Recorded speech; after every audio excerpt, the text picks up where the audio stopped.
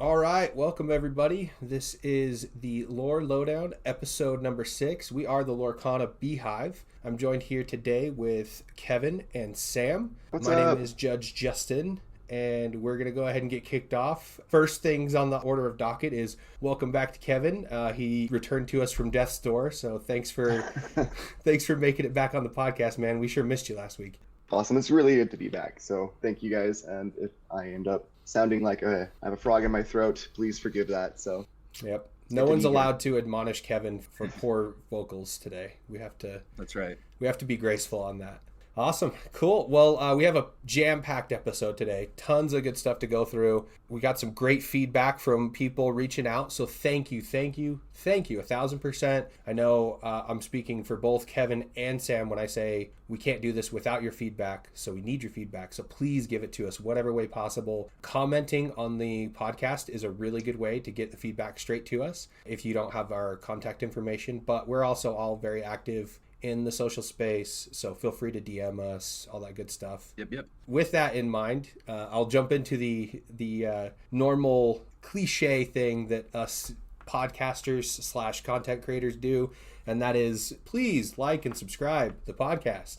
If you're not subscribed on Spotify and you're listening on Spotify, please subscribe. It's very convenient because it'll tell you when a new episode goes live. I try to post them on Mondays, but you never know, I might post a surprise one at some point. So keep an eye on that, and please subscribe if you can. I like the idea of a surprise episode. Let's do that. Right? Just a random drop in the middle of the week, like an Easter egg. Yeah. Midweek. Yeah. Midweek Easter egg episode of excitement. Awesome. And then next thing I wanted to jump into, wanted to highlight the upcoming set champs and upcoming events in general. Just remember when you're registering for these events, do your best to either drop or only register for an event when you have the confirmation that you can go. It makes it really hard on TOs to run a smooth event, especially if they have limited cap space. So make sure that you're either registering or dropping, depending on that. And then on the other side of that, TOs, make sure that you're implementing safeguards for your community. I think I had an example from a TO that I just spoke to that mentioned that what they do is they have limited cap space and they'll reach out to their potential attendees 3 days before the event and make sure that they pay so that they have confirmation that they will show up. That's a really good method for TOs to really kind of do this. So I think it'll be a really good way for us as a community to make sure everyone has an opportunity to play in these set champs and these events they're coming up, especially with limited cap space, to either drop when you know you can't make it or only register for an event that you feel confident you can make. And then on the other side of that, have the TOs incorporate that. So I'll pass it over to you, Kevin and Sam, if you guys have anything you wanted to add there. I think one thing to keep in mind as a TO too, just make sure your roster is kind of correct before, as correct as you can make it before you start the event. We all know how Ravensburger Play Hub likes to do crazy things when you drop or add or do anything to change how pairings could be in the future. So I'd say like 10 minutes, 15 minutes before the event, just start reaching out to people that aren't there yet, or 5 minutes after the supposed start time, just start dropping people that aren't there yet. It'll make your event go smoother. The PlayHub app won't give you as many troubles too. So you can take that timing to whatever you want. If you want to wait 10, 15 minutes, you can. But some of the stores I've been to, after 10, 15 minutes, they'll just drop the people. And then if they come, you can add them back in. So it's not a detriment there, but they'll penalize, I think. I don't know if you add somebody in the PlayHub, if it's just an automatic round one loss or something, but I don't know. I think that depends on the store as well. I think there's a certain time limit that after a certain amount, they get a match loss or a game loss or something, but the store is very in charge of what happens in that situation. Well, I can tell you how it works from a rules perspective. It comes down to the same attendance policy for any other tournament, which is 3 minutes, it's a match loss, or 3 minutes is a game loss, and then over 10 minutes is a match loss. So there you go. Yeah. I would just recommend making that app as easy to use for yourself as possible, because it can go haywire. Absolutely. Honestly. I was watching it last night. Andre was running his Infinity event there at Harside, and we were watching it like 30 minutes prior. It was dicey. That app was not responding, and I just told him the sad thing about the application, the Ravensburger Play Hub app, is that the best method to get it to work is to basically just send continual requests to it. So just refresh the page over and over and over again, which is actually horrible from like a support perspective, because it's the worst thing you could do, right? You're just DDoSing the server at that point. But it seems to work, and that's what ended up happening last night with Andres. He refreshed the page like 10-15 times, and it started responding. So I wonder if it's more of a feature than it is a bug, because they know that's how people are going to behave. This PlayHub app, man, I've got a lot of things to say about it from a technical perspective, because it blends well into my day job pretty good. So that's a sneak peek of our bonus episode coming up here. Yeah, bonus episode, deep dive into the PlayHub app and why it's a poorly designed front end. But yeah, I mean, the one thing I wanted to add to the conversation for that is, we've all been there. Me personally, I know I've been the player that's gone through the list of events and been like, oh, I can hit this one and this one and this one, and register for all of them. And then the day comes or the week comes, and I'm like, oh, you know what? It's come up, I can't really go. I really wanted to, but I can't. I think it's just on the onus of each of the individual players to make sure that even though you're signing up and reserving your seat, make sure that you're also being responsible and freeing that seat up if for some reason you can't attend. Yep. It is really important for stores and for anyone else that wants to play at those events to know that they have a spot. Yeah, so, and I mean, I'll issue a reminder too to players, right? Like, if the store's close to you and you're not traveling 4 hours to get there, and it shows that it's capped, just show up. People will inevitably not show up to those stores. It happens. I've done plenty of tournaments. There's not a single tournament that I've done up to this point then 100% attendance has occurred. It's always, you have half the people don't show up, or like 4 or 5 of them don't show up. So just go ahead and show up if you can. If it's a long drive, I think what Kevin mentioned in episode 1 was that he called up the store and was like, hey, do you all have space? Can I drive up there? It's a long drive for me. Are you going to make space for me? Even if, for whatever reason, all your people show up. Listen to what the TO has to say. They may say, yeah, you know what? We're capped at 16, but we have enough space to make it 17, or, something of that nature. So I think it's worth communicating. It's worth asking the question. Don't feel ostracized because the event's capped. Don't feel like, oh, there's no way for me to play. Most TOs want to see you. They want to have more people from the community there. I know most gamers like me, I want to see more players. I don't want to just see a room full of, 5 or 6 players. That's very unfulfilling for me. I'd rather play against a very diverse room of, different deck types. So, and I'm sure Sam and Kevin feel the same way about that. So, yeah, absolutely. More people, the better, usually. Absolutely. Awesome. Well, let's jump right into it, guys. The first topic we have today is we want to jump into these deep dives. We started this last week with the what I consider to be the best deck in the meta today. There's disagreements among all of us with that, whether or not it's the best deck or if it's the best at beating itself deck. But I thought blue-green is one of those decks that it's very consistent, especially on the draw. And it was a fun one to deep dive into. But that said, we'll hand over to Kevin. He's got a good deck for us that's sitting in the meta today that you guys can all run and probably love. Yeah, I mean, if you have ever played against me, you know that I am a big fan of aggro.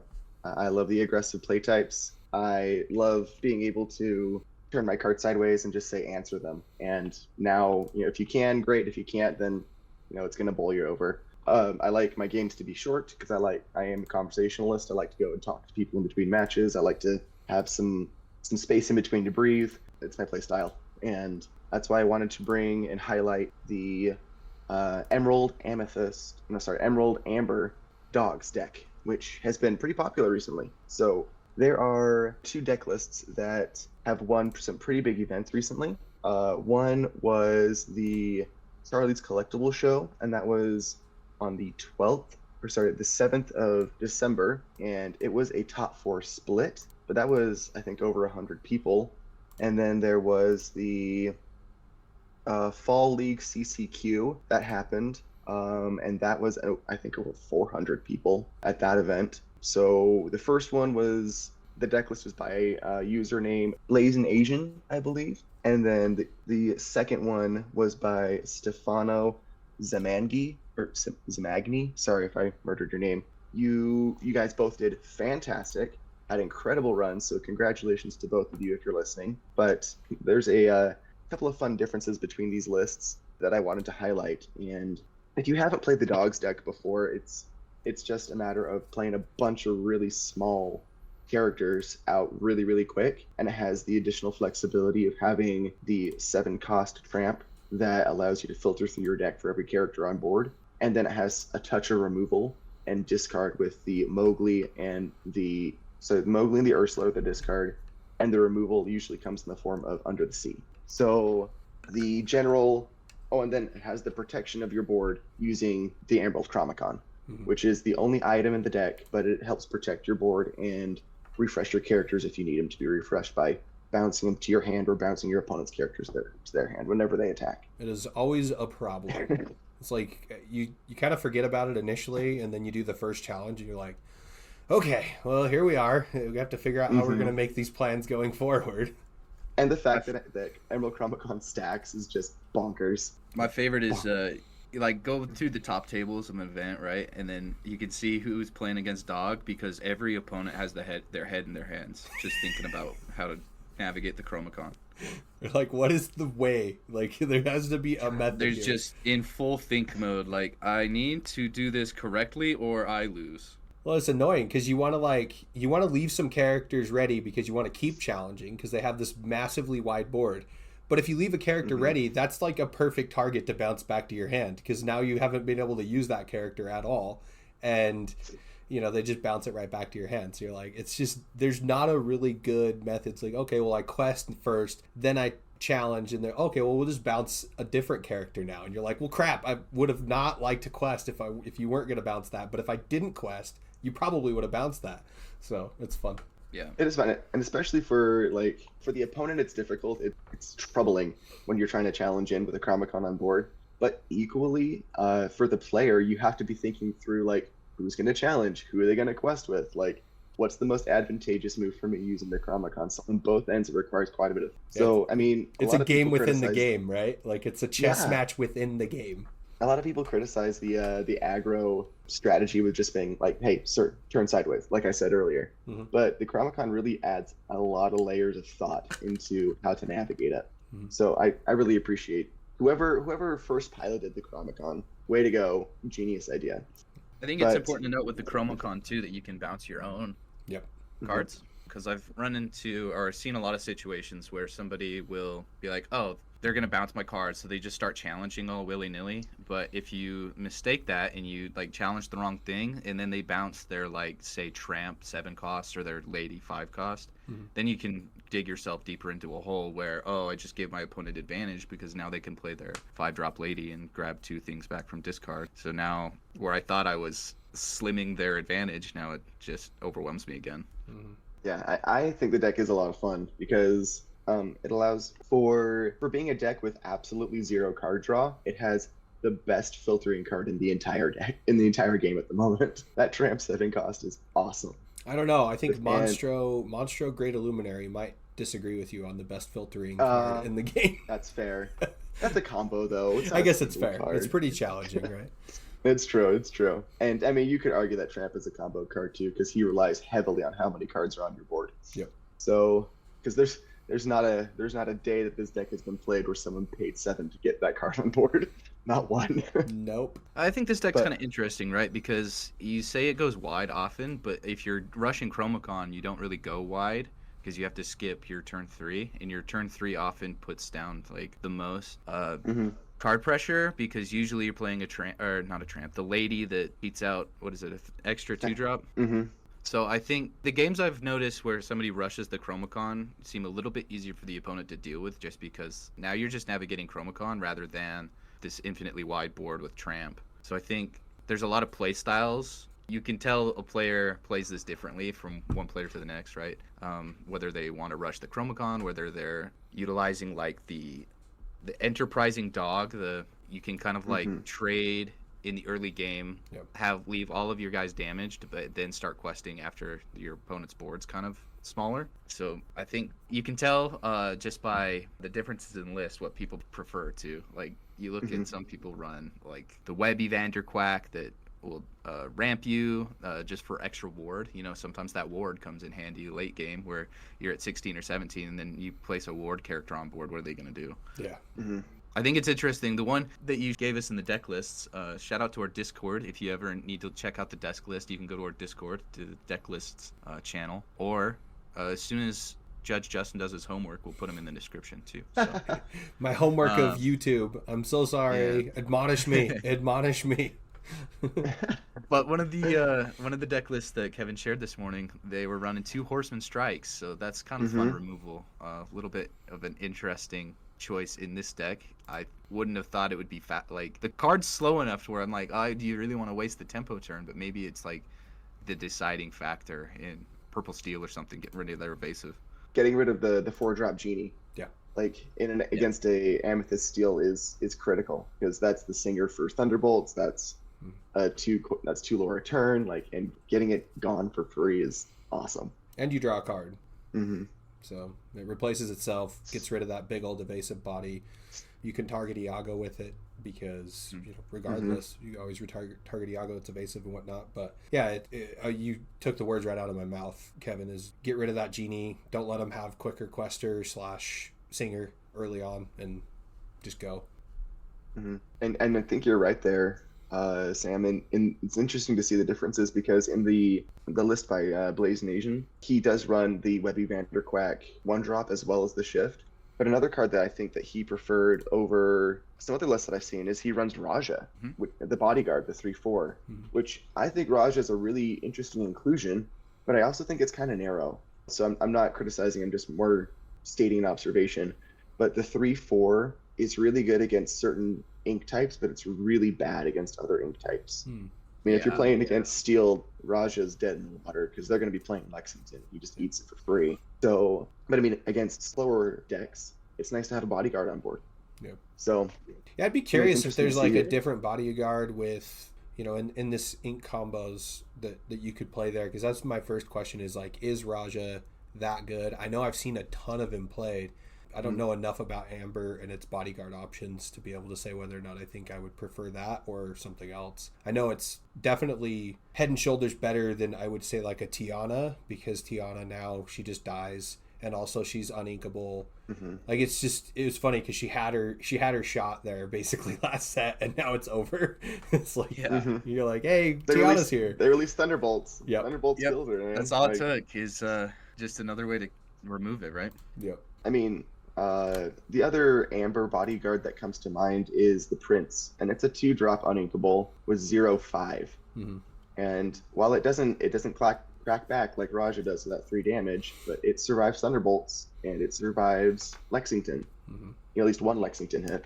Yeah. It just doesn't do any damage back, which is the real downside. Yeah, that's what I was gonna highlight in these. Both lists are on 4 go. So any damage you can dick on your opponent is kind of necessary, right? You just kind of use that to win. So a lot of the times, you'll have like, I don't know, a Hades or something with high willpower, not an elephant obviously because you can't stack that, but like a Hades, you get it up to 5 and then you just leave it, right? Your Chromacon, you don't choose the Hades. Like you don't choose the thing that has damage on it, because next turn you're gonna go for 5, and then the next turn you can go for 5. So it becomes a little bit harder to navigate too for the opponent, because you have to keep go in the back of your mind, and it's so easy to forget about it. Well, and to your point of earlier, when you're talking about bouncing characters back, bounce back a go-go, replay it. Like, yep. Which is why, I mean, I really do love this deck, but I feel like its worst matchup is probably the most popular deck right now, which is Amethyst Steel, because it has all the answers for this deck, man. It has the ping damage, it has the damage moving with the cat, it has high willpower, high strength characters. It really just hurts this deck if it can get online real quick. Yeah, so, I mean, I think to your point, like the main goal, at least, like, and I guess we're kind of getting into the whole how do you counter this deck, right? We talked about how great it is. I think the only thing you can do to counter it is to prevent it from accruing a large count of characters on board, right? If you can prevent it from being able to play that tramp for almost free and cycle through and get their solutions or their next, lady that can drop another second character or what have you, that's your way of stopping this deck, right? That's all you got. Yeah, I mean, I know it has some counterplay within it. I mean, shout out to Mowgli, who's just probably the highlight Amber card of the entire set. And to Ursula, who, they can rip out the strength, they can rip out the Thunderbolts if they're being played. They can rip out the malicious, mean, and scary if they're going against blue-green. They have some counterplay, but those cards, while they are good and necessary, I believe, for the deck, they're slow in tempo. They don't go as fast as the deck actually wants to go, but they are needed. I've noticed a lot of times you can't often just do the rundown strategy with this deck, like where you play, I'm going to go Daisy on 1, and then I'm going to play a thing that quests for 2 or 2 1-drops on 2, and then on my 3-drop, I get rid of the rest of my hand. Like, that's not something you can do in Dogs, and I think that's a testament to why it's doing so well in the meta, is because you have to take a step back, really analyze the board states, and then start playing cards that will net you long-term advantage. It's an incremental deck rather than I'm a rush you down deck, and I think that's what the main appeal is to this deck over something like, especially that new, Amethyst Emerald deck that's just a complete burn deck.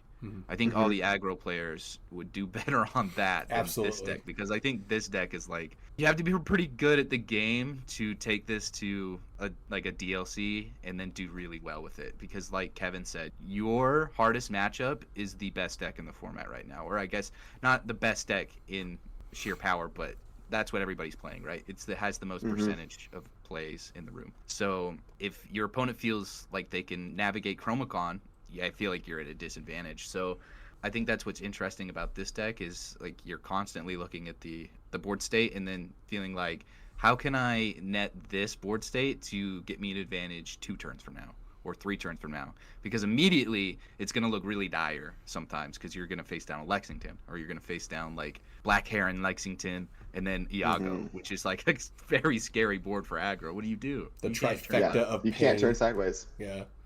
Well, and I think, to your point, it can go aggro if it wants to, or if it needs to, with the larger control decks. But the other thing that I wanted to mention, based on the fact that you brought up the Emerald Amethyst burn deck, if people keep running that deck, people are going to run item removal, because if you can get rid of the Inkcaster in that deck, it really solves a lot of problems, or even the Amethyst Chromacon in that deck. It solves a lot of problems against that deck, right? It's really dependent on being able to draw a bunch of cards and play them all out and whatnot. And so if we continue to see this meta where something like that gets, brought in, then maybe we start to see more item removal. Like I started playing the Archimedes that you play him, you can banish an item, and if you banish an item, you can draw a card and discard a card, and he quests for 2. So it was a good card to have in that scenario. But yeah, it's definitely, to your point, very difficult deck to pilot.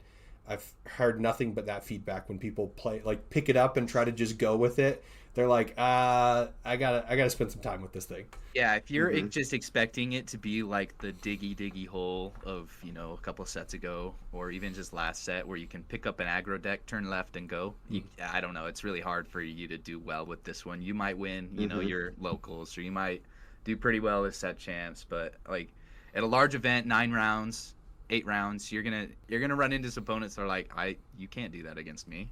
Absolutely. And one of the things I thought was really interesting between these two lists is the fact that one of them runs removal or in the form of Under the Sea, and the other one opted not to. So it was very, like, this deck color combination was almost synonymous with Under the Sea for a really, really long time. And now people are starting to move away from it, because I'm not sure if it's just the landscape has changed, that they're not able to find as much value with the card, or getting the combination of like using the Moon Lullaby plus that isn't as effective as they were wanting it to be. But I just think it's interesting that they swapped it out for other removal like the Horseman Strikes and the additional Chronicon. I think it's a meta call, because the reason I would keep Under the Sea in this deck is strictly for the mirror match, right? You can get some value against Purple Steel if they start trying to go as wide as you, but I think overall that matchup's just difficult, and if you waste 2 quests or I don't know how many characters you're singing with Under the Sea, but if you waste that many quests to deal with their board, sometimes you're already like, it's hard to come back in general. So it kind of just depends. I think both choices are valid. It adds a little bit more consistency, I think, if you don't have it in your deck. So there's a lot of 3 strength characters now that people are playing early in the meta, especially your Ruby Amethyst deck has a bunch. Am Steel, to your point, is probably the only one that could run a bunch of 2-drop characters that you could really capitalize on potentially. Yeah, I'm thinking like Timmy Mouse. Yeah, Timmy Mouse, Genie, Elsa, Like you could Mhm. really Yeah, kind so- of put some Genie. damage on them really hard. I mean, I remember when I was at the Denver CCQ, I was running against it wasn't this deck, it was against a Baja Blast, a blue-green deck at that time. And I played out all my small characters because I was like, I'm just going to quest. And I played right into an Under the Sea, right? They didn't even have to combo me. They just played the Under the Sea. They didn't need to do anything else. So Wiped their hands and said good day. Yeah, Right. and to Sam's point on a previous episode, if I get super wide with Am Steel, it's really hard to claw my way back. Like if I drop out all my 6 characters on the board and you clear them all, like it's tough for me to claw back into that game. Yeah. Mm-hmm. I would imagine in the future you'll start seeing Under the Sea less and less. It'll still happen. People will do well with it, but I think that's a testament to just dogs in general rather than that card. Mm-hmm. I think you can do well without it. It's very similar to this deck coming up, but Am Steel has maybe 1 million ways you can build that deck and still do just as well as anyone else in the room with it, so I think this is a deck that's similar. Like the lists you brought us, one person runs the 3-drop lady and one doesn't, and I think that's like that's a huge change. I It's mean, a the card's big so difference. good, but this person doesn't seem to mind. Maybe they're just banking on Chromacon on 3, but I think that family dog that cheats out of 2-drop's really, really good. Absolutely. Yeah, and I was a little shocked by that because that card has always been in Amber since it was released. So the free Maybe it goes 2-drop is back to crazy. that what I said earlier, where if you just dump your hand in this deck, you're kind of at a disadvantage. I wonder if it goes back to that. He feels like if I get rid of all of my cards, then I can't come back for any reason. Right. Let's talk about man. specific matchups, because I think with this particular deck with Amber Emerald, it does really well into the slower decks because it can go aggro if it needs to, but you can't be greedy, to Sam's point, right? You have to be smart and you have to play right when you're playing against those larger control decks. Almost kind of a la don't play into B prep attitude, where you don't want to just dump everything out there and hope for the best. That can be a winning strategy, but I think it's just more of a high rolly winning strategy that you want to probably avoid if you want to do competitive play with it. But I think it's got a good matchup into that. What other matchups do we think it's really favored into? I think if you're playing it as a more tempo-oriented strategy, it has some pretty good matches into some of the mid-rangier decks. If you're playing it, again, the way that it can be played as a tempo. If you're playing into those decks that love challenging, Chromacon loves those decks. Yeah, so please challenge more. So Amethyst, a Ruby Am, then? Ruby Amethyst. Ruby Am. Yeah, that would be a pretty do decent okay into matchup. that. Yeah. Admittedly, Ruby Am. I don't know. You can back yourself into a corner, though. From what I saw when all the Tiggers were on Ruby Amethyst, and I sat down and watched Dogs games, was if you have the choice between bouncing an Elsa and a headless horseman, what do you choose? that's a tough choice. Yeah. You're like, oh, 2 Exactly. on the play It's effects. tough. Cool. Yeah. What do I want to do now? So it can get really, really hairy really, really quickly. So. And that's a good point. You took the words out of my mouth there, because they have so many on the play removal effects. But the one benefit of this deck is that because you do have the option to go wide, it's like you can kind of overwhelm their removal options sometimes, because they're picking off one at a time, and if you're dropping 2 at a time, like what are they going to do? And even then, if they're doing on the play effects, in theory, you're still going to be able to, if you have a Chromacon out, you're still going to be able to have that advantage of saying, all right, you played that horseman, you're going to return something else to your hand, and they only have so much ink. They can't just play their entire hand all the time. And if you've gotten your board wide enough, you're still going to quest. You're still going to gain some lore out of that. They're still going to have to try to answer. So there's stuff to do there. But yeah, I think there's some advantage with those. I think I would actually put on paper that Ruby Amethyst has a pretty decent matchup. Like if you see your Diablo pretty early, that card just is so good against this deck. You can race it. So you can just start questing for 2, and then the Dogs player has to think about, what do I do about that? If I just played my Chromacon, I'm not catching up to that quest. Yeah. And then if you keep bouncing the Diablo, he just plays it again the next turn, or that turn, because it costs a little. Yeah. Right.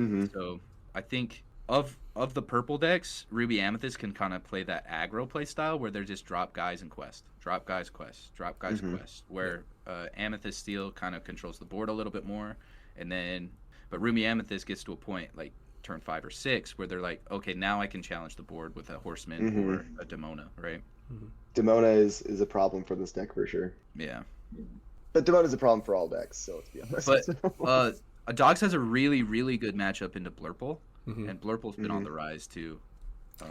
So maybe that's the jockeying for position that we're running into here, where Blurple's kind of coming back up on the top, and then this deck becomes relevant again, and then you play other decks to try to combat this deck.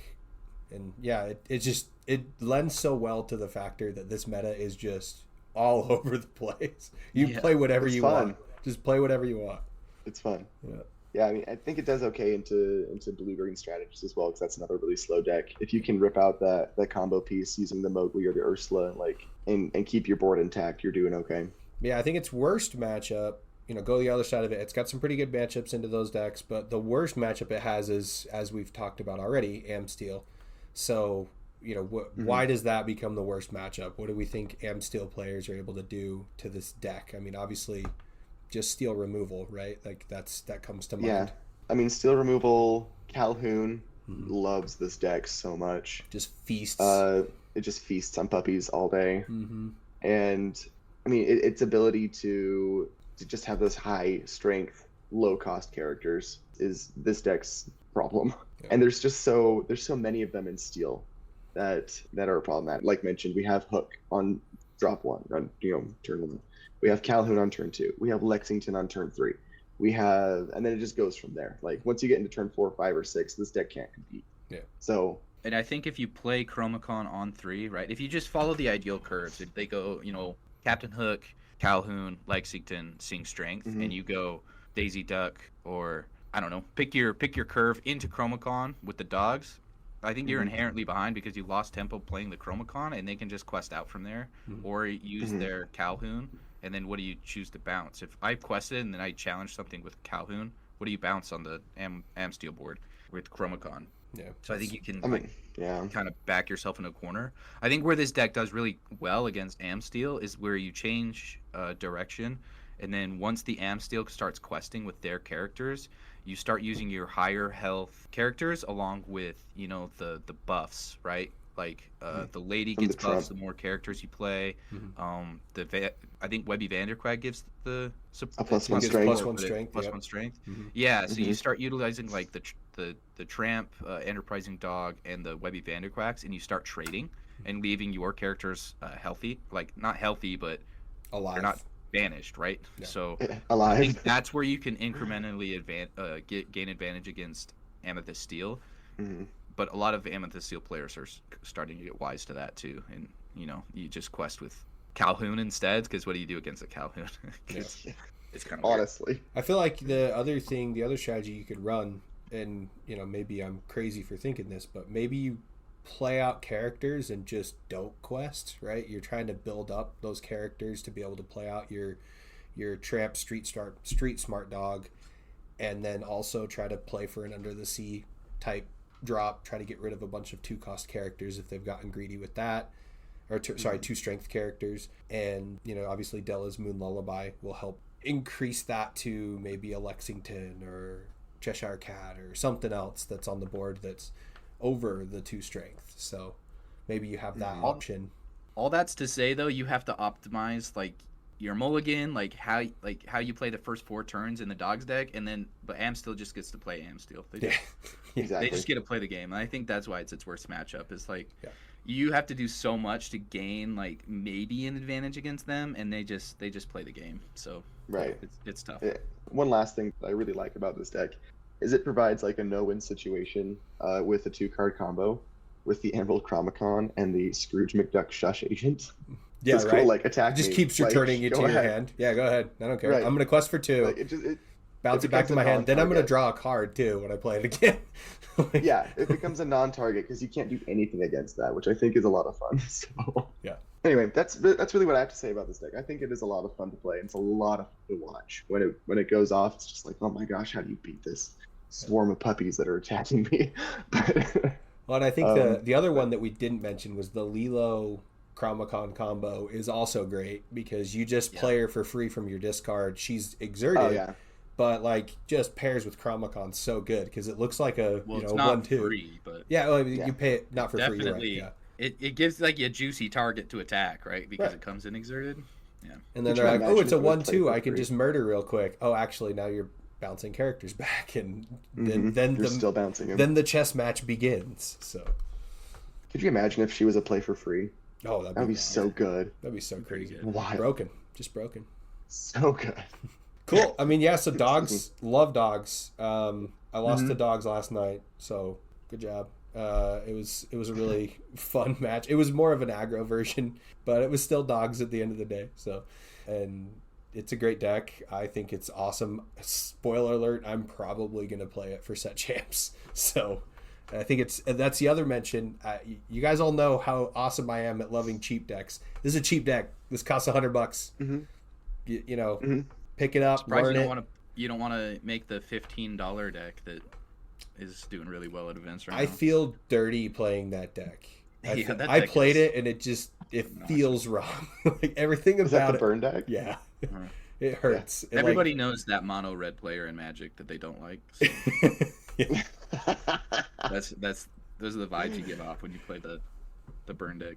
Oh man, when I played against it and it bricked on game 3 on the play, it was probably the most satisfying feeling on the planet because I was just like, what are you gonna do? What are you gonna do? I've got a friggin' wide board and you can't do anything about it. Go ahead, burn all you want. I don't care. Yeah, So, get to 12. Yeah. Who cares? I don't care. Wow. It was very toxic with me. But Shoot. thankfully I haven't those seen that toxic list yet. I want to moments. see it. Yeah, thankfully those toxic moments I reserve for when I can't actually interact with my opponent in any way, so it works out. I'm having my toxicity on my side of the fence instead of, in person. Yes. It's your pool to swim in. Yeah.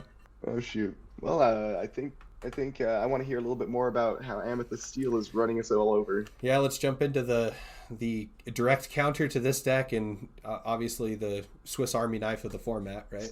Yeah, this deck can do anything. I pulled up a few lists, and really it's because of how similar they are that I pulled them up, right? With only subtle differences. Like with Amethyst Steel, you'll see like 40 cards are the same, and then people are just running the most wild things in those other slots. Yeah.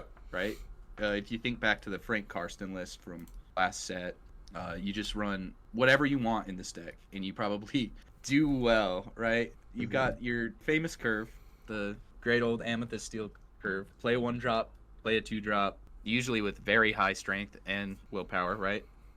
Even their 1-drops are Kind of really hard to obnoxious. deal with. Yeah. You play Palace. Like, in my experience at the CCQ, a Palace Guard was a 1-drop quest for 5. Like, Right. Because there's no Pretty good good. ways to get rid of a 4 Yeah. willpower character. There's just really no good so ways. you turn that thing like sideways the whole game. It gets 4 to 5 lore, and then you're like, well, this is the best card in the game. Yeah. If you pay 1 to gain 5, you do that every time. Right. But where it gets a little out of the ordinary is you start seeing the 1-ups, right? So the list that I pulled up today kind of pulled Dumbo back in favor, whereas when I was playing at the CCQ, I didn't really miss it. I didn't have it in my deck. I opted to play a 1-of Yzma. I wish I played 2 Yzma. That card was very good all day. Every time it hit the board, it was either a must answer or I drew 3 several times. So yeah, but there's a lot of ways to play this. One of the lists I highlighted was the Timothy Q mouse combo into start playing your evasives. And I think that's where Dumbo starts to shine again, is because you have this Timothy Q mouse just going crazy, and then you're just gaining advantage with every evasive character you play. Dumbo starts activating for a huge advantage. Yeah. I like the lists that started playing less Demona for more Dumbo. I think that's a correct decision. Demona's great on curve, and Demona's one of those cards, right, where you play it and you just immediately feel like you're winning. But if you can start gaining advantage just from the Dumbo, I think you're sitting better because your opponents can't really Demona you back, right? Because the best counter for Demona is Demona. And especially you get into these situations too where your Lexington just stays sideways, and that can be really awkward in a mirror match. So I like this list that the person who lost to Zan with his crazy freaking monster deck. I think he has the right idea with this Amethyst Steel. He opted more for the Timothy Q Mouse. He plays Tinkerbell Fast Flyer. He has this evasive game plan, and I think it's really hard to deal with, especially in the mirror match, because the mirror match is like, if you cannot win the evasive war, it's dependent on strength. Right. And if you don't see strength of the Raging Fire, you just fold. Well, it's like who gets evasives out first, and then from there it becomes and who keeps them. Yeah, answer. Yeah. Right. Sorry, Kevin, I cut you off. No, it's totally okay. I just noticing that the list that you're referring to with the Timothy Key Mouse also runs Thunderbolts, and my reason is, why would you not run Thunderbolt? So my context to this question is, I understand it only does 4 damage, and I understand that there's not a lot of cards above 4 cost that are dying to this, so you're not getting a bunch of value out of it. You're mainly trading 1 card for 1 card, and you're not trading up that well with it. But if you can keep evasives off the board by singing, isn't that what you want to be doing in this deck? I don't know. I think Thunderbolt, at least my experience with it, I keep running into this spot where Thunderbolt's just hard to fit with all the other cards that I want to play. And that's my biggest challenge with it. And it doesn't even feel... It's partially because it's uninkable, but also the other challenge is that it feels like there's so many other things that I want to run. And when I'm playing Amethyst Steel, I want to be on curve with a lot of characters on board anyways, and so strength just makes sense because it's inkable. I can sing it for 3. There just seems like a better removal option. But to your point, I personally think running 2 is where I would like floor it. Like, I'm not going below 2 in my opinion. I think you could try to run 4, but then you're making some really tough decisions like, do I pull out a genie or do I pull out something else potentially? So I think 2 is the right place to be personally. I don't see a scenario where you don't run it. I'm trying to see the other one. I'm wondering if this is kind of crazy. Reminder. I gave this some thought while you guys were talking too, and I can see why someone does not run it. Yeah. So the best place to play Bolt, right, is when you go first, you have a genie, and then they play an evasive, right? If you're playing against a purple matchup, right? Against either...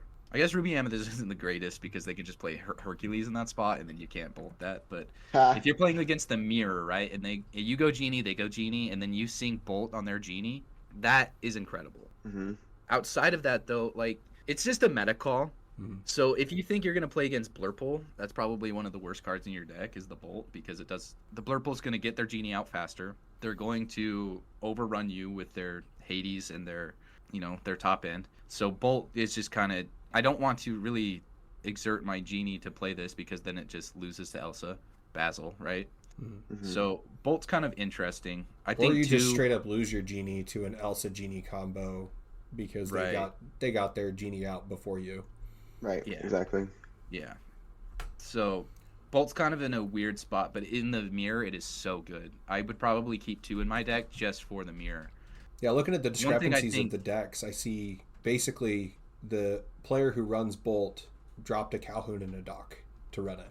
Right. And that leaves him at 12 uninkables in the deck. And so... And that was the decision I made too when I played the deck was, I can't take away Genie, so I have to take away the other 2. Right.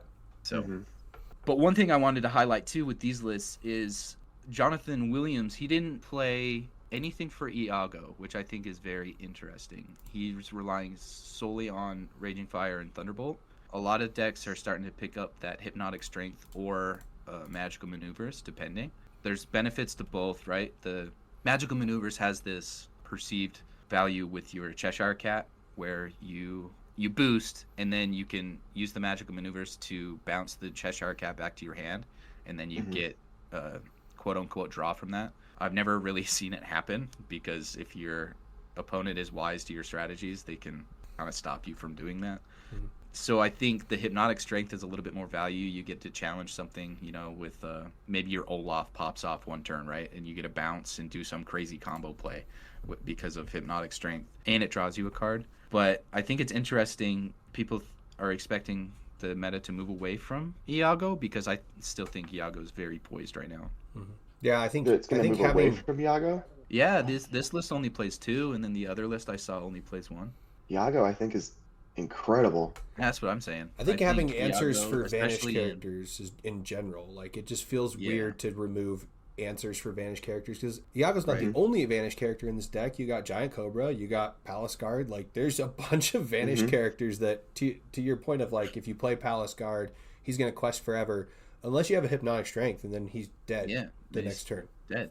So I think that's really interesting. Another card I'm surprised not to see lately is people are starting to run the Ursula Whisper just to get under some things, right? Because one thing that Amethyst Steel kind of does poorly is you flood the board and then you're questing for 1 with a bunch of guys, right? Yeah. So you don't really close the game out fast, even though you have 5 guys. And most of the time, too, you're kind of like waiting for your opponent to exert, or you're waiting for your own Demona. And where that kind of gets you in trouble is against these green decks that don't care how many characters you have on board, especially if you don't close out the game early, is because I can just start comboing you, right? I play my Malicious Mean and Scary, I play my Prince Philip. Or if you're playing like this slow game, you probably don't even have to do the Malicious Mean and Scary, because they can do trades of their own and then wipe out most of your board anyway. Or if you've taken trades without negating the full damage, like Calhoun, you've kind of set yourself up for like a Prince Philip just to wipe your board. So I think the Ursula Whisper kind of came in and said, well, answer this or I'm going to quest for 4, and it's really hard to out. I mean, the other thing, I don't want to go off topic because I think that Ursula Whisper is a really incredible card and another fantastic example of why Amethyst 5-drop is the blessed slot of the game. But what about using Pete? I don't see Pete in either one of these lists. I think Pete comes out in an awkward time. I took it out of my list because I just didn't feel like I had a time to play it. Would you rather, like, if you play Pete, you didn't play a Lexington, right? Or you didn't play something else. And it doesn't really prevent the combo from happening. It prevents it for 1 turn. So if you play, the only turn Pete's going to win you the game is when you already won the game, right? If you're already at like 15 or 16, like the combo's not going to stop you from there. Yeah. Like you just play a couple characters the next turn. So I think Pete kind of fell by the wayside just because it's awkward to play in the grand scheme of your game plan. It's also really weird with Pete right now where he used to be so predictable, right? Like, the action that you were using Pete to stop felt so predictable because with B prep, it was like, well, they got 7-8. I'm going to play a Pete, right? Like you just knew that was happening. But with Malicious, Mean, and Scary, there's just so many different ways to hit that combo. And even if you stop it for a turn, it's like, okay, next turn it's definitely going to happen anyways, unless you can somehow string together Pete's. And then even then, it just feels bad because you're like, oh, do I hold the Pete in the opening hand so that I can play it at a different spot? Because if they ramp hard, get their Prince Philip down, they can do the Sing shift pretty quick. Like it's 6 ink, that's nothing for that deck, right? Like it can get there super fast. And so you're just like, I don't know where I need to play this to make it work, in my opinion. But at the same time, it's still just a great card. So, and to my point earlier too, part of the problem is the combo doesn't rely on 2 actions, right? It's not if it was the combo from last set where you had the heads held high and then under the sea, Pete would have a lot more value. But because like Prince Philip does its effect without needing Malicious, Mean, and Scary, to my point earlier where I said you can make your own trades, like you can ram your Bobby or whatever 1-drop you play into some random thing, and then now the Prince Philip just takes it out. So like over an extended period of the game, you might have made your own trades, and then the Prince Philip comes down, didn't even need Malicious, Mean, and Scary, and your Pete did nothing. Where I think Pete has the most value is going second in the mirror, but like that card's not very good past that exact moment in the game. It's just a 3/3. I played a 3/3 on 2, so you just played this 3-drop. It better But you remove my Genie maybe, and then I play my Iago. I don't know. I just didn't find it to be too impactful. You can claw your way back when you're going second, but they get to play their Elsa on that turn, and their Lexington might just clean up your board. I don't know. There's a lot that goes into it. So you're saying essentially that strength isn't that good anymore? Strength's great. Strength's great, but the good thing about strength is right that I play 4 really good characters and then remove your very good character, right? With Pete, it's like I played Pete to deny your strength, but I played a Pete, which is not a very good character. It's true. It's not a very good character, but it does enable you to use the strength before your opponent. Correct. Which so that was strength what it better was used be for. game winning, or it's like I've wasted a turn. Right. So it's just a matter of strategy or just not relying on that to happen. So Pete is out. Yeah. Okay. So if they play their Okay. genie, they drew a card, and then you strength on the next turn and play your own genie, right? But then Elsa, the Lexington I played, instead of your genie, just takes out your genie. So now you just have a Pete on board. Right. Right. It's just kind of awkward. Awkward Pete. Okay. The other question that I have about these decks is I see this Olaf that keeps popping in and out. And is Olaf just like Amethyst version of Chromicon? Like it's their one-time use Chromicon that they like to use from time to time?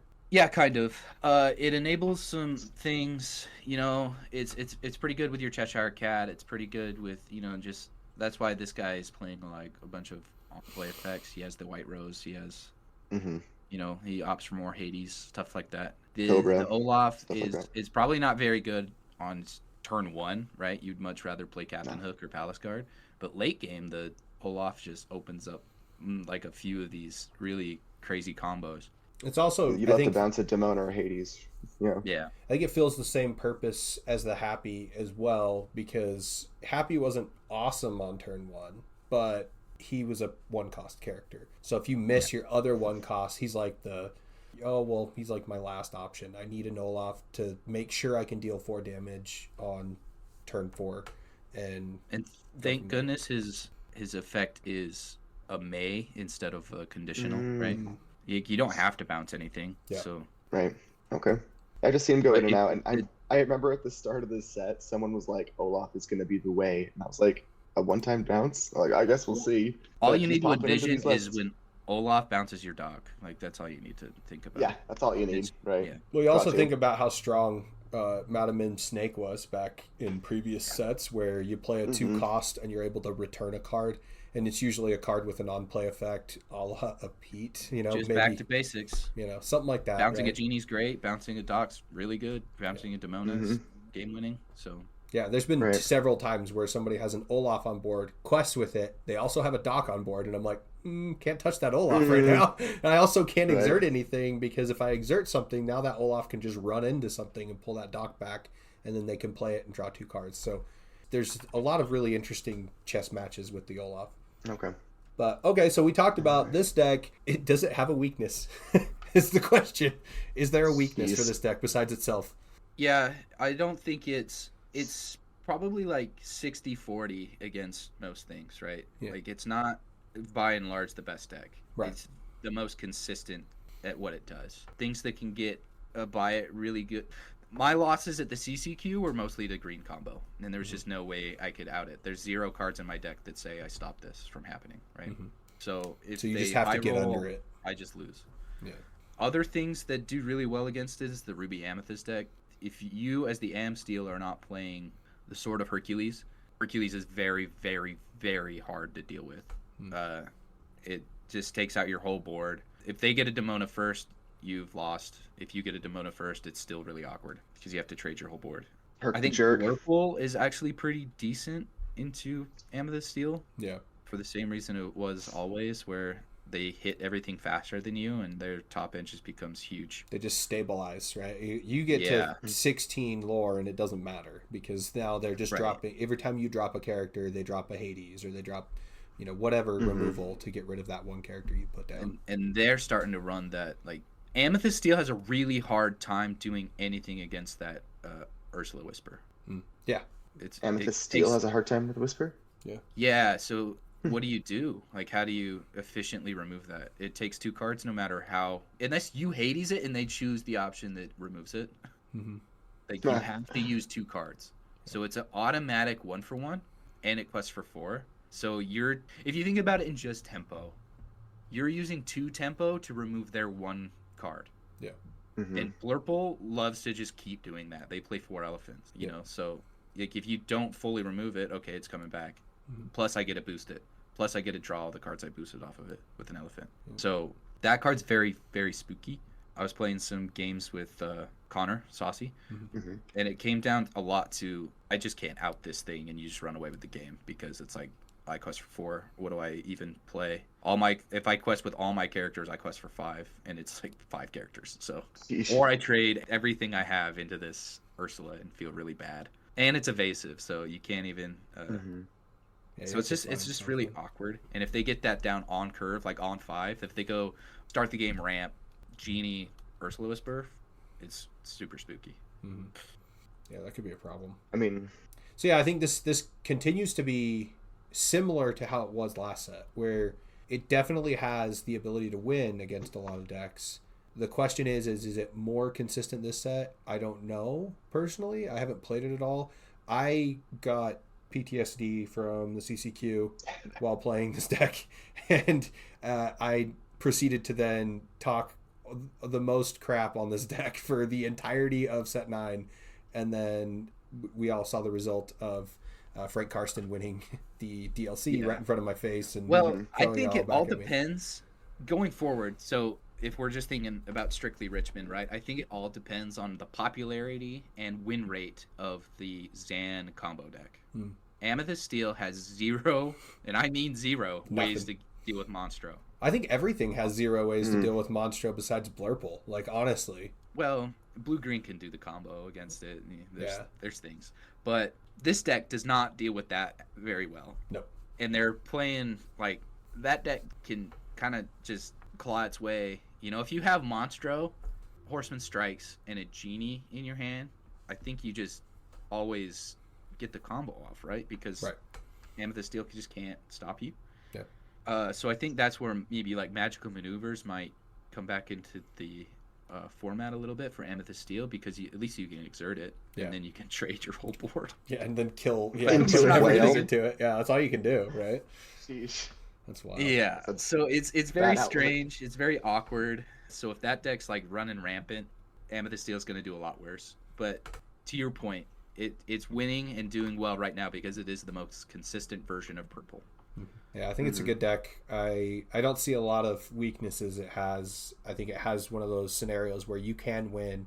You just have to continue to play your strategy, which, to your point, Sam, the strategy of this deck doesn't really change depending on your opponent. It's really, you just play Am Steel and do your 1, 2, 3, 4, sing strength, keep cruising, figure out what the next play is from there. Hopefully they don't wipe your board. Hopefully they don't have a crazy one-turn kill combo, and potentially you can run away or get under a lot of these other decks. But yeah, I think finding a way to close it out will be the question for sure, because there's been, I cannot tell you the count of games, it's a large number, that I played this deck and I was at 16, 17 lore and just stopped. No way to finish. And it just sucks because you're like, well, what do you do? So I think it's a cool deck, but I think I still have PTSD and I refuse to play it. It's we've talked about it before in other episodes too, but it's just the ultimate managing of resources, right?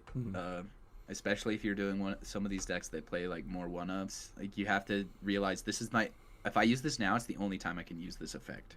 It's a thinking man's deck, and I am not a thinking man. Let's say that. Your first 4 turns are always the same, and then after that, it gets real wild. You can do a lot of stuff. So versatility, it's got a lot. It can run a lot of options. It can run, it can run Benja. Yeah. Then to deal with items. So if you're scared of Chromacon, you run a Benja. Then now I don't have to deal with it anymore. Wipe your whole board. See you, dogs. It's okay. So it's got options. It's okay if you and Benja are on nickname basis. You can call him Benji. It's fine. Me and Benji. Awesome. Well, I think it has a bunch of options. As a bunch of you're just gonna see it. It's always gonna be the most played deck, and it's gonna be the most played deck for a reason. It's just it's easier to pilot. You can kind of get away with just curving out a lot of games. It is a little on the pricey side to Justin's.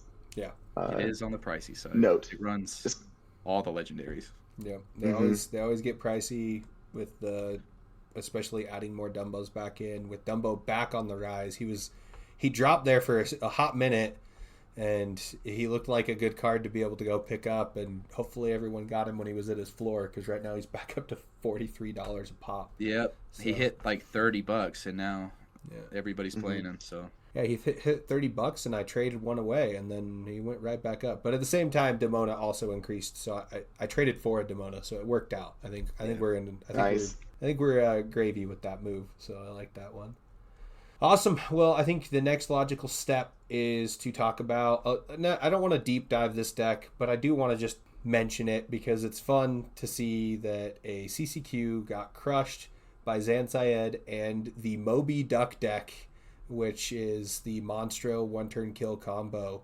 And I mean, this deck, the first thing I want to say about it, this deck doesn't exist in a format that has B prep. Like, it just feels like it doesn't have that same versatility.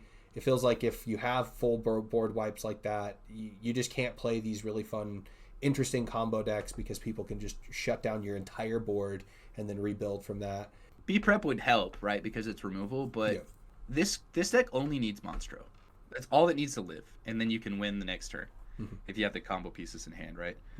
So to that point, like, if you know you're playing this deck and you have an out in your deck to Monstro, you win, right? Because all you have to do is hold on to that out. They're running four of them. Monstro. They're running four of them, so right. You should, right? But also it's doing purple things before that, so that's kind of where it gets a little tricky, is because you still have to deal with all. It's like mono purple until they drop Monstro, and then it's I am in danger. Yeah, they double genie you. Like you think about it, they go double genie or something like that into the next turn. They play a Monstro, or because then now you're having to answer the genies, because otherwise those genies are just going to sit in quest for 2 like crazy, and whatever. I saw. The one thing that I think I recommend anybody who's interested in the ways to out this deck, or the ways to, I guess, combat the Moby Duck deck, is honestly, in my opinion, just Blurple. You have to run a Blurple list, and you have to be able to throw the Monstro into the Inkwell somehow, some way, whether you use Hades or into the Unknown. And Zan actually posted on his YouTube channel a match between him and, I don't know whose opponent was, but they were playing a Blurple list, and basically highlighted that strategy, and the Blurple player did win it 2-1 overall, but it was close. Like, it was real close. So it wasn't like they won it in hand. It was like the Hades had to happen at that turn off a top to win the game. Otherwise, Zan wins the game. Another thing to note too is if they have 1 card in hand when they play the Monstro, it's impossible for them to win, I'm pretty sure, unless the location's already on the board. So be mindful of that. It's not like a sure thing. Yeah, make them play out the combo. I think that was the other thing I wanted to highlight too. Make them play out the combo. Like, if you're playing against this deck in a tournament, don't just sit there, oh yeah, I've got the combo pieces in hand, I've got Exodia over here. You're like, no, go ahead and play it out. Let's see what it looks like. Because you're going to gain nothing except for maybe 5 minutes if you don't make them play out the combo. Just make them play it out. It's not the end of the world. We could also talk about, like, ethically if this should be allowed in the game, right? Because a lot of people, especially on Twitter, have been saying stuff like in every other card game something like this has been banned, right? Just for ease of access to the combo. And I wonder, I've seen it go both ways, where some people are all for it, some people just vehemently hate that it exists. Curious to know where you guys stand. I don't hate that it exists. No, I mean, I'm not opposed to something like this existing. It's kind of a hard combo to get off, in all honesty. So you're relying on an 8-drop, which I know you're ramped to, but you have to have your ramp. And you're relying on it being it's a 1, 2, 3 card combo to win. Monstro, Luminary, Alanadale, or 4. And then We Know the Way has to be in your hand and in the discard, right? No, it's a 2-card combo. You just need Monstro to live 1 turn, and if you have Luminary in your hand, you play that, and then you can just cycle through the whole deck. So then you get all so you get everything that you need. Yeah. You have to have. I think you have to have 2 cards in hand and then like 4 ink, because you have to be able to play the Alanadale or play it for free using We Know the Way song, because you can play it for free if you put that into, because if Alanadale's in the discard, you can play Alanadale for free using the We Know the Way card, because you say, I'm going to put Alanadale into my deck. It's the only card in the deck, so that's the only one that you draw, and then you play it. But then you also have to have another We Know the Way in your hand, because then you have to be able to say, I play We Know the Way, and then I'm going to put the We Know the Way that's in the discard into my deck, draw that card, it plays for free. You continue that for 20, because Alan Adele gets a lore every single time you play a song card. So it's Exactly. We Know the Way plays the We Know the Way for free. yeah, So. yeah, and once you've done that, it just you keep cycling We Know the Ways from the discard into the deck, so on and so forth. But to that point, right, you still have to gather those pieces. And so what I think I've seen happen, and I think people just gave Zan the benefit that he would not be grimy about it. But what I saw with a couple of the games that he played is he just flashed the Illuminary, and then Dragon Johns was like, all right, cool, let's scoop. And it was like even the casters were like, what, huh, what's going on? And so play it out. So I think a lot of players online think that's pretty bad to do ethically, just like morally, is like flash a card and say I've got it.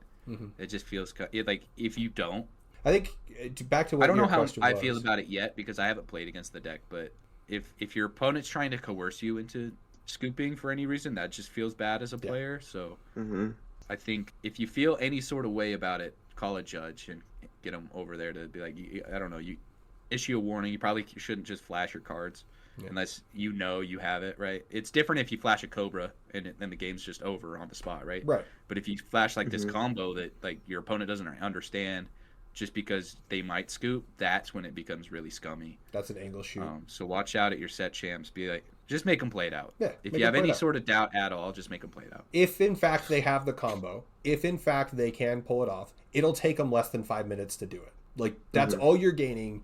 If you say, oh yeah, let's just scoop, like I think the knee-jerk reaction is to be like, oh yeah, I'm in the know, I understand that this is a combo, so I'm just going to let you take it. But in the end of the day, just make them play it out, because then, the worst case scenario, you lost 5 minutes of your day, and the best case scenario, they didn't actually have the combo, and they were trying to angle shoot, and you probably are at 16, 17 lore at that point in the game anyways. So you're going to potentially win it if they don't have that combo. But back to what you were asking, Sam, should this exist in the game? I think of this right now as more of a, like when I used to play first person shooters a lot, and you'd get a weapon in the game that was just broken, right? And like the noob tube. Yeah, like something that happens where you're just like, this weapon's broken. It has, very weird, like, and I don't think that's the same thing with this, where like it's a broken deck that's like impossible to hit, or that's like super easy to hit. But I think it comes down to like, let it have its time in the sun for now. Let's see what happens. If it becomes a big problem, then sure, we can definitely go that route. I hate the idea of knee-jerk banning things, because everybody said Hiram needed to be banned for so long, and then they banned Hiram, and then Red Blue's just not playable ever again. And that just makes me feel bad about how a lot of decks just get shut down because, and like, oh, we need to ban Diablo, or we need to ban all these other, Bucky obviously needed an errata, but did it need to be errata into oblivion? No, it didn't need to be all three things. It could have just been one of the three things, and then it would have been good enough probably. But I think there's kind of like a elegant way to handle this one too, because you don't have to like ban Monstro or change Monstro in any way. You would just have to errata the Luminary to say once per turn, right? Yeah, which, I mean, you could definitely do that, but the question I had, and when I saw the Illuminary, the first thing I thought of was this combo. Honestly, that was right when the Illuminary, I was like, oh, this combo's way easier now, because you don't have to play the Donald Duck with Monstro out in order to pop it off. You get to retain your ink, so you can play everything easier. But I don't know. I think if it starts sweeping, like if it sweeps Richmond, I'm gonna be pretty sad, because that's no fun. Just watch your opponent win and you just couldn't do it. Anything. Yeah. I mean, it's kind of similar to doing that anyway, but it's like in one turn, it's kind of thing that sucked. I mean, is this deck really that powerful? It is. That's the thing, is like a lot of people say yes. Yeah. But I don't know. I've never played against it. I honestly don't think. I don't think there's any other out besides Blurple. I just don't think there is. I think Blurple is the only way, because you have to throw the Monstros or Alan Adele into the Inkwell. If you can get Alan Adele into the Inkwell, they're only running one in this list. Right. So if you can get Alan Adele into the Inkwell, then you win, right? Like you. And technically, they could do that to themselves too. They could Cheshire Cat and boost it under the cat. But to be fair, Alan Dale only stops the combo. It doesn't stop the fact that it's still a freaking blurple deck, or still a purple deck, right? It's still playing genies. It's still playing, and maybe they throw like Ursula Vanessa's into it and stuff like that to just overwhelm you with these crazy high questers. When I was watching. And I encourage anyone who wants to understand this deck a little bit more to watch that video that Zan posted on his YouTube. But it is like, he played 3 genies in one turn. Like, what do you do about that? Like, it kind of plays a lot like Blurple without a Hades for most of the game. And then randomly it can just win off of a monster that lives. Well, and the Horseman Strikes answers your opponent's genies like really well in this deck because you have just a ton of ink, so you're not even scared about that. And also you're running lanterns, you're running Hueys, so you can cheat out cards like you can with a Blurple deck with ramp. So you have ramp in it, you have a lot of ink because that's all you're doing is you're just inking every single turn because you're drawing a million cards because you have purple, and then it just kind of goes. And I think you have to either pick and choose and smack those little combo pieces where you can. Even then, right, they can still just beat you the hard way, which is just questing. So I don't know. It's really tough. But I think it's fine to exist now. To your point, it would be really crappy to see it just completely murder Richmond. Hopefully somebody finds a decent way to combat it, and it just runs into a bunch of Blurple decks and has a hard time. Yeah. I think I'd just be disappointed if it was like 6 out of the 8 top 8 spots. Like that would just be like, oh, what are we doing here? But that would be really interesting to watch a mirror of it. Like, I don't know what a mirror looks like in this deck, honestly. I'm like, it's whoever gets their thing first, and then that's when you start running the you run the Dumbo World's Greatest tech. Criminal Mind. That's what I was thinking. Oh yeah, that one too. But you could run the Dumbo tech to give it evasive, and then just banish it with the Horseman Strikes. Yes. Yep, that'd be a good one. Yeah, just give your opponent an evasive character. That's funny. Yeah, I don't know. I think it's a really interesting deck. It was cool that he won it with it. It definitely feels bad, but so does Bend to My Will. So did Be Prepared. Yeah. So did. Just the list goes on and on of all the things that feel bad. The freaking burn deck feels bad too. Sometimes you can't do anything because they dropped 3 ink casters and now they play 2 cards and they gain 3 lore every turn. So the good old days of playing Sleepy's Flute, that reminds me of. Oh yeah, Sleepy's Flute, right? Like, there's some cards that just feel very powerless against, and I mean, yeah, this deck definitely you feel that way, but I don't know. I think it's going to feel really bad when your only out to this as Amethyst Steel is to play a mystical maneuver and then trade 2 or 3 guys into it. Yeah. I'm just trying to think, like, strength-based removal can get rid of this guy. Inking it gets rid of it. I mean, maybe people start running, what's that? The new card, the Sudden Scare. Yeah, I think Sudden Scare will see it increase too. Yeah, Sudden Scare is a really good one because the problem I think that with... card is busted. It's good. Busted, and people are not playing it. It's really good as a single target removal. Just I pay 4, you lose character. That's not bad. But yeah, I think this deck is going to be really questionable, and I think it all comes down to Blurple, right? In my opinion. Yeah. Blurple's doing pretty well right now. Yeah. I've been play testing it a lot. I know my boy Anthony. We were talking about it the other day. We both put it together last week just to like. Ruby Amethyst feels good, but I don't think it's the best purple deck anymore. And we both kind of feel the same way about Amethyst Steel, so we both put together Blurple at the same time, and we're talking about it. But I think that deck has a lot of legs, and like Kevin was talking about like 3 episodes ago, where you can build that list in so many ways to keep it relevant. It'll come back. Yeah, just keep plugging it in, right? Well, there's 2 ways already to play it. You can play still that second start of the right version, or you can play with the woodchucks. It's an ever-rotating meta, it seems. There's just not a lot of about it next consistency. Week. Yeah, definitely. We should probably deep dive the Blurple list next week for sure. I think that's the next logical step, is to deep dive that. That's a good one. Excellent. About the woodchuck. Oh yeah, the Junior Woodchuck guidebook, man. It's such a fun card. It's so exciting. Moving on to the next topic, Richmond hype. Richmond's coming up.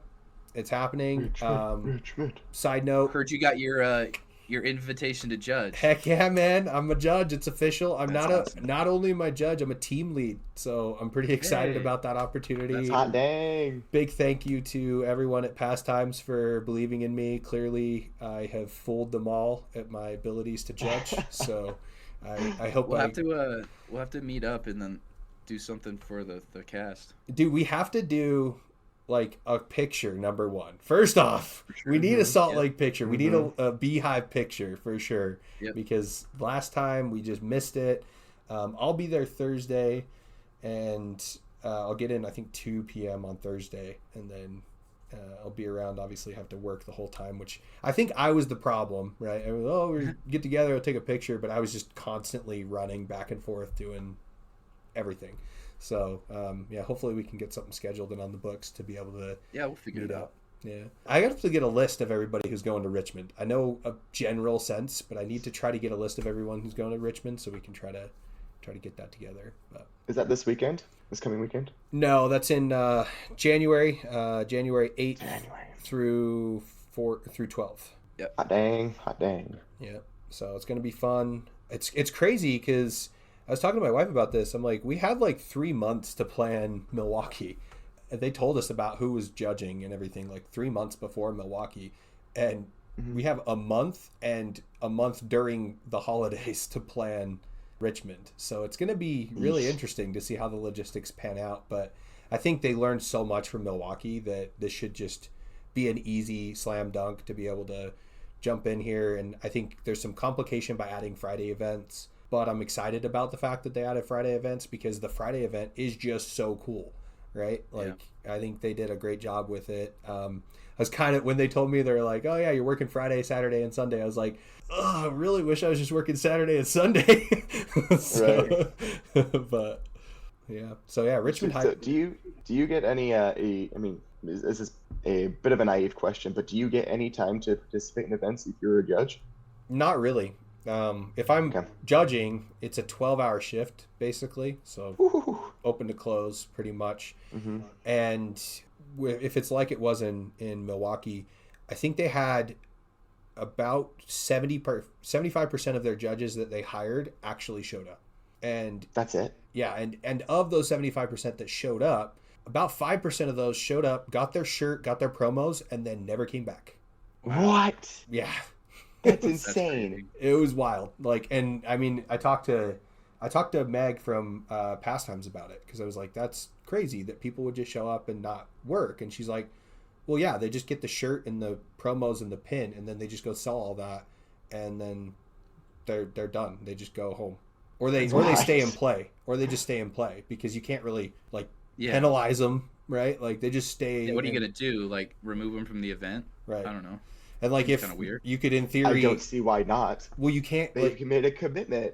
But that's the problem is like you can't really like track them down, right? Like their name's going to be different in PlayHub than the name that they gave you to sign up for working. So I don't think they can enforce anything, can they? Because it's not like real employment. Like you're not getting a W-2. Like you don't. You do get a W-2. You do get a W-2. It's like it's effectively a contract. So you're like signing a contract. So you're in breach of contract, right? But ultimately, you know, they might be able to be like, oh, I recognize that person. That person stole, right? And it could be maybe go to small claims court or something like that. But you don't have a lot of control as the TO there to be able to just shut it down.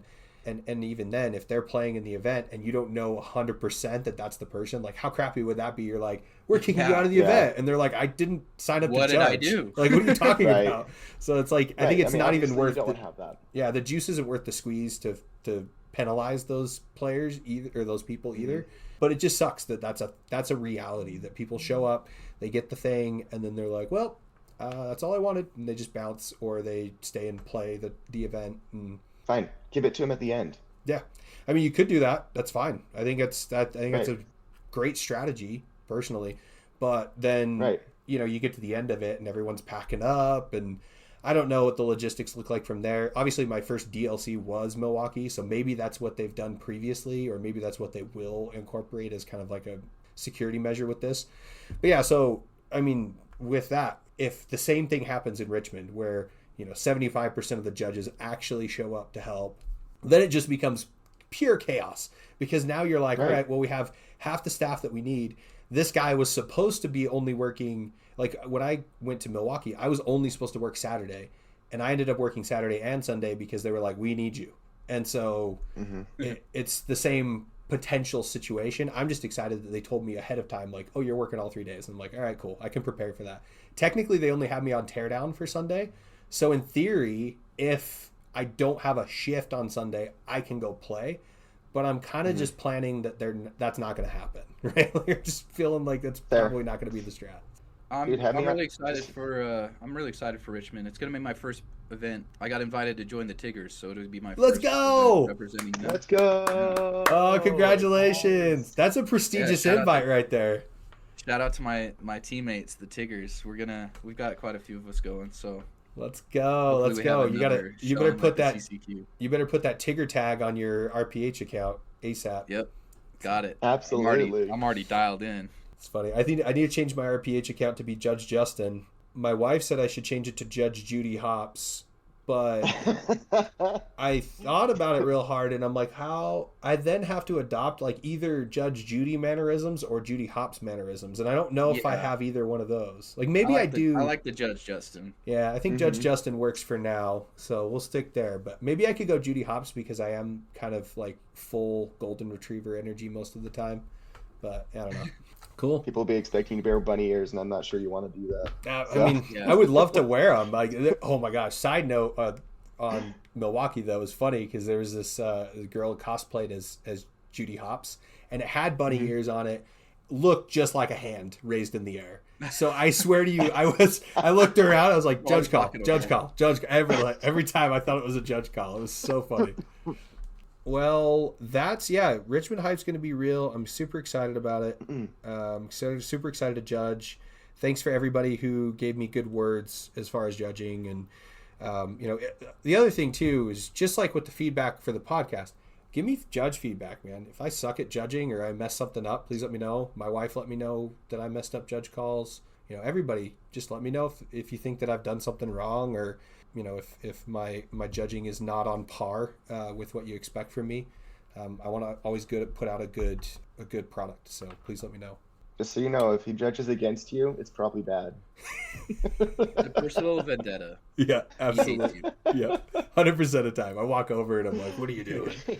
And then the last thing I wanted to mention, and then we can get into kind of like closing remarks, upcoming Infinity events. So this last weekend was all Infinity events, obviously. I was able to play an Infinity event on Friday at Hearthside Games, which was so much fun until I ran into blue steel items, and I immediately remembered why I hated blue steel items. So that felt like a buzzsaw of pain that I didn't like. But, it was really fun to play the old cards. It was really fun to see the old decks. I remember playing the red-blue control deck, and that just feels very, very nostalgic when you start putting those cards down. You put down a popsicle, draw a card. You put down a Hiram, banish the popsicle, draw 2 cards. Like, it just feels really fun. But yeah, like the ones that didn't get a chance to run it this weekend for whatever reason, whether it be because they didn't get their cards in time or didn't really understand the format or what was happening, they're probably going to run it the following weekend. So keep an eye out for that. And then specifically, I know Gamehaven Harriman is planning on running a Infinity event on Thursday of this week that for basically it's going to be their Lorcana night. So they're going to run their Lorcana nights on Thursdays there. And they just want to open the doors and get everybody in there to get out their Whole New World promos. They are grabbing the Whole New World promos from Gamehaven West Jordan. But since my wife and I are basically the only people that ever attend Gamehaven West Jordan, I was like, yeah, you just do that. It's like you're not going to hurt my feelings. So go ahead and grab it. But yeah, and lots of fun Infinity events this weekend. So I know Sam's playing in some today, right? And then Kevin, are you playing in any this weekend? Unfortunately, no. I have work shifts in the evenings, so Yeah. that's what I'll be doing. So go get some Whole New World promos and let me know how the events go. But Sam, what are you running? I'm going to be You have that that. degenerate that's going to pilot blue steel because in All my right. mind, there's 2 decks you run at the Infinity weekend. It's either blue steel or amber steel. And the amber steel didn't sound very much fun to me. I'm not much of an aggro player. I think about things too much. Whereas with that deck, you can't think about things. You just turn left and then. I'll try not to take that personally, but I will also be turning left. So. No, turning left's great. I think the choice to unban Hiram was an interesting one in Infinity, and I hope that it becomes a fun format. I would really like it. If it's going to be a DLC, I want them to curate it in a way that is fun and engaging for everyone. And the way it's like shaping up right now, I know myself and a few other people are kind of worried about it. I'm worried. Like, if I'm going to pay money and travel to a DLC, I want the format to be good enough to play in for a weekend, right? And if it's just blue steel mirrors, I'm not sure if that's good. Nope, it's not. I would definitely want some more variety. I have footage. So I'm gonna see. I'm reserving my judgment. I don't want to get too down. I don't want to get too annoyed with the format yet. Yep. I'm gonna play today. Right after this, I'm going to an event, so gonna play today. Gonna try out the broken deck, see if it's really that broken. It is. Put some spice into my list. It is. To try to get around the mirror matches, as well as if I run into some aggro. So I put in some spice. Gonna see how it works out. If it's just to show up and play and have fun for the promo, that's okay too. Yeah. I mean, that's what the event's supposed to be, is just show up and play. So. But I want Ravensburger to take a look at this weekend and make some really important decisions if they're going to do a DLC that is Infinity every year. Well, I think with this, I was talking with Jordan about this last night, and he said, "Do you think Infinity is going to be a popular event?" And I said, "If it's just blue steel mirrors, no. I don't think anybody will want to play it." And so I think it really depends on the one thing I will say that's really important between now and Indianapolis DLC is that we have 2 sets that are going to release between that time. So is it 2? I think it might be 2. Sounds right. I don't know. Because I want to say it's in June. Winter Spell in February. If it's in June, it's 2 sets, right? Yeah. Or it's very close to 2 sets. Yeah, I think it's in June, and so you're going to be Winter Spell and then Wilds Unknown or something. Unknown. Yeah, Beyond maybe, I think, because it's Toy Story, right? But yeah, so I think we'll have 2 sets. Does that change the meta enough between there? Does it have enough answers for this blue steel interaction with a bunch of items? Maybe. I don't know. I was even thinking about it today. I'm like, do I just put I find my platinum in there somewhere just so I can try to like slow this thing down somehow? Dude, don't reveal my secrets, man. But that's the thing is, like, even then you play the find my platinum. It's like, all right, well then they just play the Temto. They pull the items. Okay, right. No, I'm gonna reveal exactly what I've been doing. Okay, let's go. This is what I cooked up last night. Is you play Aerial. Okay. The ward. The 6 drop? Yeah. Yeah. Okay. Then you play I find and platinum, and then you play 1 popsicle. Yeah. I quest for 5, and then the next turn I can dime. Hey, that's my idea. Yeah. Okay. I think that's a solid strat. I think that'll work something. But at the same time, it's just like you're gauging straight up blue steel mirror. That's all you're talking about. Like you're not talking about that's all I planned for. Yeah. You know, I put Spooky Side in for the aggro deck, and then the rest of it is thinking about how to beat the opponent that's playing the same deck I'm playing. Yeah. Mm-hmm. And I think I don't want is everybody like. This game has a lot of competitive players. It has a lot of casual players. What I don't want to happen is the casual players who love ideas in Infinity, which are my favorite thing to look at, are ideas in Infinity, right? To be just crushed mentally and like their soul is crushed by this weekend because you have your local tryhard sweater just plays blue steel and just crushes the whole like everything. You played your like cool idea, but it doesn't matter because you're staring down the face of 2 Tamatoas. It's just I don't know. I don't want people to feel like Infinity is a lost cause. Yeah, I don't think it's a lost cause if we can figure out the blue steel problem, right? And just leave Hiram banned.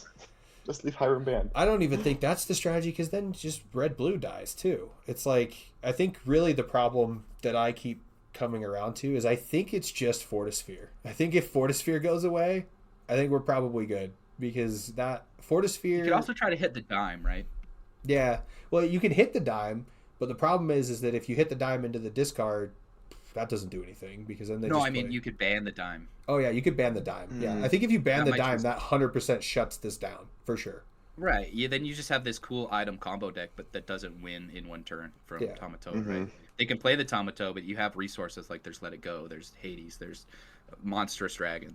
Yeah, because I was running a mill deck there's yesterday. so many things in Infinity that take care of the Tamatoa. So yeah, because I was running a mill deck yesterday, and both games that I lost, I was at 18 lore on one, and on the other one they had 6 cards left in their deck, and so I was like, I win this game because I was gonna potentially. I think I had the whole new world in hand to win it, and so if they don't be able to do a 1-turn kill with playing Tamatoa, pulling the dime back, questing with little Tamatoa, play dime for free, use the ink to tap the dime and gain the lore off of Tamatoa. Like, if you don't have that, then I just win too, right? And with my strategy directly. And so, yeah, maybe it is just the dime. Maybe the dime's the big. Yeah, maybe that's the fix, but I'm not sure. Yeah. It's tough. I think like a more control variant, like you were talking about, like blue-red. I think that deck's pretty fair. Yeah. But when you start like introducing the Tamatoa dime thing, and they could just win out of nowhere, that's when it becomes like a little like, I don't know. Yeah. If you hit like a steel card, then you just have blue-red doing the same thing that blue steel did, where they just ramp into items into Tamatoa. Well, see, the crazy thing is my mill deck works perfect against red blue. Like, I can actually go because they don't have a lot of early answers to my shift targets. But with the blue steel, they're just like, okay, cool. I'm gonna play Bell on turn 1, and then I'm gonna sing Let the Storm Rage on turn 2, and then I'm gonna sing Strength on turn 3, and like, you're just like, what? Like as much as and like I said, maybe the problem is that they can play Fortis Sphere and Popsicle to get the Bell out. Bell feels a little bit more fair when there's only one drop item that you kind of want to play with her, and so maybe there's that, because having Fortis Sphere draw a card, and the other piece of them saying like Fortis Sphere really didn't fall into line with what we wanted Steel to do, right? You want Steel to kind of like draw a card, discard a card, and then even Popsicle kind of falls in that same category. But I don't think you can take out Popsicle and keep red blue relevant is the problem, right? And so I think you have to have Popsicle, you have to have Hiram. If you don't have those two, red blue just dies, and then you have to whatever. I mean, I guess you could still run the red blue with the card draw effect with the Tamatoa double Popsicle. In theory, that's what people kind of adapted to, but right. And you have Cinderella now too. Yeah, Cinderella allows you to draw some cards. Yeah. So we'll see how it shapes up. I'm interested to see what Ravensburger has in store. Like maybe the new set just makes sense. You're like, oh, now there's a whole other realm of things I can play that are just as broken. Like, I don't know, maybe they're thinking that far ahead, but something tells me they're not, for the new sets, thinking about Infinity. No, I don't think so either. I think Infinity is going to be a question. We'll see. Yeah, I think Infinity is just going to get its own ban list eventually, and it's going to be filled with all sorts of crazy one-turn combo wins, and we'll see what happens. I think that's what other card games do. Like, nobody plays Legacy and Magic, but they definitely play Modern, which is like Legacy with a ban list, right? So yeah, I think it's just figuring out whether or not this format will find a place. Immediately when I started playing a lot of the older decks, like, the nostalgia jumped in, and I was like, wow, this is fun. I missed this. Like, oh, I love being able to play B Prep. I love this. And I also, side note, I think everybody forgot that B Prep was a card, because like I was playing it and I'm like, you just went like, so wide, and I have 7 ink right now. Like, I think you just forgot that I'm about to drop a board wipe. But yeah, there's stuff that it's just fun. It's fun to play some nostalgia stuff. But last night when I was playing, I just like blue steel. I'm like, all right. I was like, all right, I remember how bad this sucked, because you think about, which set was it? Was it Azurite Sea? Yeah, I think it was Azurite Sea or Arcasia's Island, one of the two. It's like Scrooge came out in Tamatoa. Are you talking about that? Yeah, no, I think Arcasia's Island had the Tamatoa. Was Arcasia's Island to Tamatoa? Yeah, so it was the Arcasia's Island when Tamatoa came out, and then Blue Steel just went exploded. I have footage from that 1K that we did at Oasis, and it was just Blue Steel constantly all day. And I remember watching the footage, and I was like, this sucks to watch. This is just not fun. It's not engaging at all. The players weren't engaged. The players were upset. Like, he's like, it's bad when the players are like, this sucks. But, it is what it is. So hopefully it gets creative, and hopefully my assessment of Blue Steel is wrong, and it's not just completely broken. Agreed. It's pretty broken. It is broken. Yeah. Indeed. Excellent. Well, that wraps up our agenda for the week, and I think we're doing great on time. So did you guys have anything else you wanted to bring up to close out? No, just a big shout out to all those going to Infinity Weekend. Have a great time. If we get some really good response for this event, then hopefully Rabs will put on some future events with similar pricing for New Worlds promos. It'll be fun.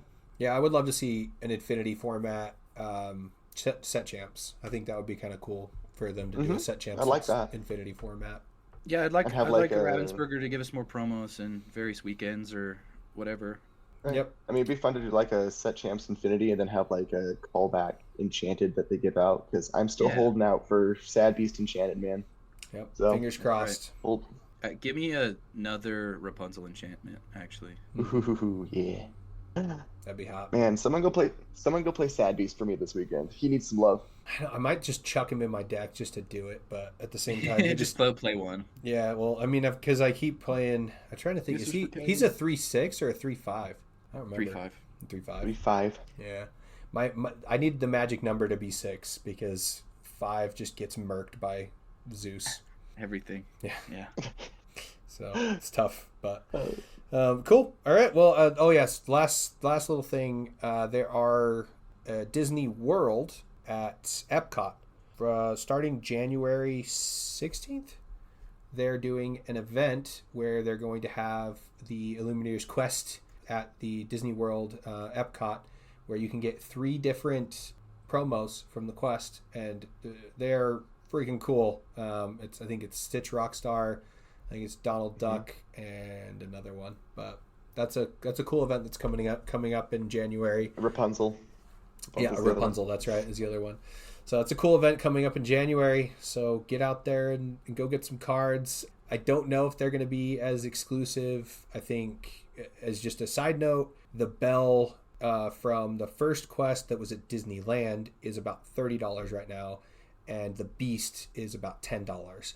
So if you do the math, a trip to Disneyland or Disney World and stuff is probably going to be a lot more than $30 or $10. So if those cards are crazy, you're going anyway. Yeah, but if you're already going to be there, just remember, or you're planning your trips for 2026, maybe head out there and get your cards, but and sell them as quickly as possible if you get extras, because they started, I think the bells started at like $80 or $90.